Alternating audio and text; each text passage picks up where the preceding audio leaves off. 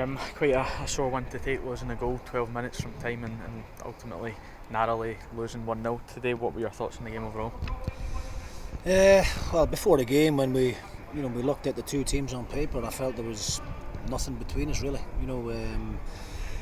I thought there were two evenly matched teams, and I think that's pretty much the way the game panned out. To be honest, for as much as Kilmarnock maybe had more of the possession, I don't think on chances created it's pretty even.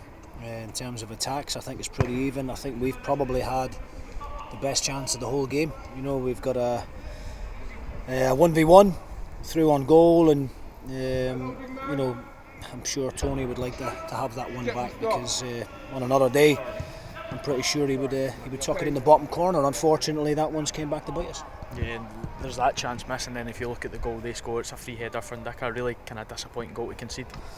Yeah, look, I mean, we work hard in terms of the set plays and the analysis that we do, and everybody is given a job to do: corners, wide free kicks, and it's about players taking responsibility and making sure that they do the job that they're asked to do. Unfortunately, we switched off. Dicker normally makes the run across the near post area, and I don't know if Kilmarnock maybe spotted that we put two men in that position today to stop that one happening, and it was quite clever from Dicker. Really, he took Sam under the ball going near, and then just peeled off to the middle of the goal, and it's a free header. There's no two ways about it. Sam's apologised to the boys. He's held his hands up. He knows it was his responsibility. I'm certainly not going to lambast him for it, because he's been one of our most consistent players of the season up to now. But he knows he's made a mistake, and unfortunately, it's cost us today. Yeah, what were your thoughts on the performance overall? I thought we done okay, Jim. Yeah, I mean, we knew it wasn't going to be a pretty game. Kilmarnock are very well organised. They drop back into 10 men behind the ball and make life difficult for you to try and break them down. They're dangerous on the counter-attack, but I thought we actually managed the counter-attack very, very well today. And I knew it was going to be a little bit of individual brilliance, or a set play, or a penalty, or something that decided the game, because it's two teams that don't give a great deal away. And I'm just gutted that I'm standing here again talking about another hard luck story, and I just said that to the players in there. Our form on the road just quite simply hasn't been good enough. Easter Road, first game of the season, we lose to a late goal. Up in Dingwall against Ross County, it's one each. We look like we're going to take a point back down the road. Again, we get done with a sucker punch, and here today, we had two or three good opportunities.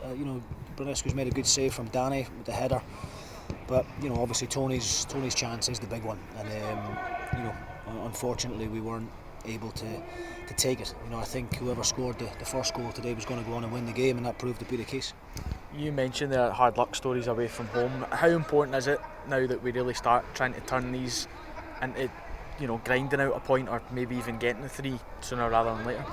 Listen, I think a point on the road against anyone is a good point. I think if you win away from home, then it's a fantastic result and it's a huge bonus. But I think most teams away from home would take a point before the ball is kicked. And certainly today, coming here to a team who's up to third in the table, who's had a great couple of seasons prior to this one, with pretty much the same bunch of players who are very well organised. They all know their jobs, they all know their roles and responsibilities within the team, and that's why they've been as consistent as what they've been. They don't often have too many below par performances, and I think we give Kilmarnock credit for that, but we can't rely solely on our home form. The home form has been great, there's no getting away from that, but the fact of the matter is we need to start picking up points on the road if we're going to have the kind of successful season that we want to have. You look at the table, it's extremely tight. I think there's three teams on 8 points, a team above us on 9, and then St Johnstone on 7, so it's becoming very, very crowded in the bottom half, and these points are killing us at the moment, these ones that we're dropping away from home, and we've got to do something about it as soon as possible. There was a shout for a penalty in the first half when it looked like Danny was being handled inside the box. What were your thoughts on that? Look, I thought Willie had a good game. There's no, I'm not pointing the finger at Willie, but if it happens outside the box, which I think it did happen about 5 minutes later, where Paul McGuinness broke and El McCreaney has pulled him back, very, very similar to that one that happened in the box with Danny. But would I be disappointed if it got given against me? Absolutely, I would have been. But I don't think we should be encouraging players to have to make a meal out of things like that. If it's a foul outside the box, then it's a foul inside the box. But look, I don't want to stand here and be clutching at straws and be blaming anyone else. At the end of the day, we've lost the game because of a lapse in concentration. It's our fault. There was nothing between the teams on the day. There was absolutely both teams were evenly matched, I felt, and it was unfortunately we were on the wrong end of it. At Celtic Park on Wednesday night, how do you approach that one? Well, the same way we approach every game. We'll go there and we'll try and come up with a game plan that hopefully allows us to take a positive result from the game. Obviously everybody that's going to Parkhead at the moment is getting turned over 4, 5 and 6. We've got to make sure that doesn't happen to us. They've had a busy schedule the last couple of weeks.